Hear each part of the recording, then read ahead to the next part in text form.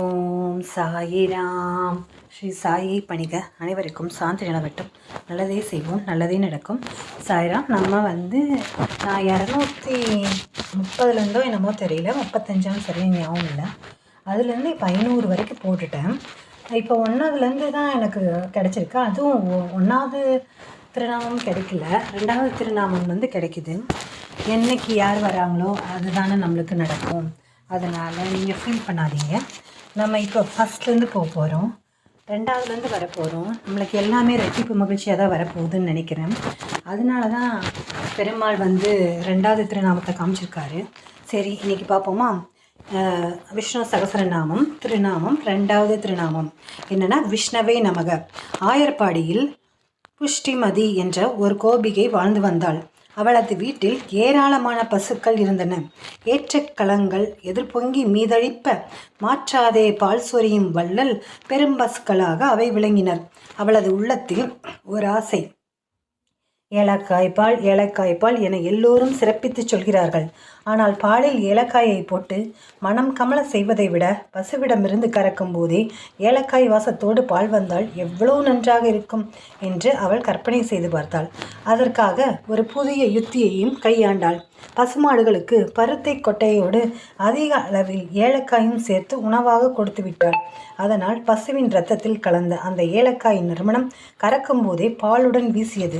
தினமும் காலை பாலை கறந்தவுடன் அதை வீதி வீதியாக எடுத்துச் சென்று விற்பதற்கு வசதியாக தன் வீட்டில் மண்பானைகளில் வரிசையாக நிறைத்து வைப்பாள் புஷ்டிமதி. அவள் இல்லத்துக்கு அருகில் செல்பவர்கள் அனைவரையும் அந்த பானைகளில் இருந்து எழும் ஏலக்காயும் நறுமணம் கவர்ந்தெழுக்கும். பால், தயிர், வெண்ணெய் இவற்றை திறம்பட திருடுவதில் பெயர் பெற்றவன் கண்ணபிரான். வெறும் வெண்ணெய் திருடனாக மட்டுமில்லாமல் அவன் வெண்ணெய் திருடிய கதையை படிக்கும் வாசகர்களின் சேர்த்து கவரும் கல்வன் அவன். அவனுக்கு இந்த ஏலக்காய் மனம் வீசும் பாலை திருடி அருந்த வேண்டும் என்ற அவ்வா ஏற்பட்டது. அதற்காக திட்டமும் தீட்டினான். ஒரு நாள் காலை புஷ்டிமதி பாலை கறந்து மண்பானைகளில் நிரப்பிவிட்டு வியாபாரத்திற்கு செல்லும் முன் ஒப்பனை செய்து கொள்வதற்காக தன் அறைக்குள் சென்றாள். அந்த நேரம் பார்த்து கையில் ஒரு சிறிய பாத்திரத்துடன் அவள் வீட்டுக்குள் கண்ணன் நுழைந்தான். வரிசையாக வைக்கப்பட்டிருந்த பானைகளில் ஒன்றின் வாயிலில் கட்டப்பட்டிருந்த துணியை விளக்கினான். கமகமென ஏலக்காய் மனம் மூக்கை துளைத்தது. பாத்திரத்தை பானைக்குள் விட்டு பாலை மொண்டு எடுத்தான். பருகப் போனான். அதற்குள் ஒப்பனை முடித்து கொண்டு தன் அறையை விட்டு வெளியே வந்தாள் புஷ்டிமதி. கண்ணன் பாலை திருடி அருந்துவதைக் கண்டாள். ஆட்டை கடித்து மாட்டை கடித்து இன்று என் வீட்டுக்குள்ளேயே இந்த திருடன் வந்து விட்டானா என வெகுண்டாள். பிரம்பு ஒன்றை எடுத்து ஓங்கி கண்ணனின் முதுகில் அடித்தாள். அடித்துவிட்டு ஐயோ அம்மா என்று புஷ்டிமதி கத்தினாள். என்ன ஆயிற்று? அவள் அடித்த அடி கண்ணனுக்கு வலிக்கவில்லை. ஆனால் 14 உலகங்களில் உள்ள அனைத்து ஜீவராசிகளுக்கும் அந்த அடி விழுந்தது. ஈ எறும்பு முதல் பிரம்மன், இந்திரன் உள்ளிட்ட தேவர்கள் வரை அனைவருக்கும் அந்த அடி விழுந்தது. அடி குடித்த புஷ்டிமதிக்கும் அடி விழுந்தது. கதறினாள். கண்ணனின் பெருமையை உணர்ந்தாள். இந்த சம்பவத்தை திவ்ய கவி பிள்ளை பெருமாள் ஐயங்கார் அழகாக பாடியுள்ளார். கடிக்கும் பிறை வெவ்வால் ஏற்று காளியன் மேல் நடிக்கும் பெரிய பெருமாள் திருவரங்கர் நரைக்கமல் பால் குடிக்கும் களவுக்கு மாறுகொண்டு ஒரு கோபிகை பற்றி அடிக்கும் போது 14 உலகம் அடிபட்டவே. கண்ணனுக்கு விழுந்த அடி அவனுக்கு வலிக்காமல் 14 உலகுக்கும் வலித்ததே. என்ன காரணம்? ஏனெனில் அவன் விஷ்ணுவாக விளங்குகின்றான்.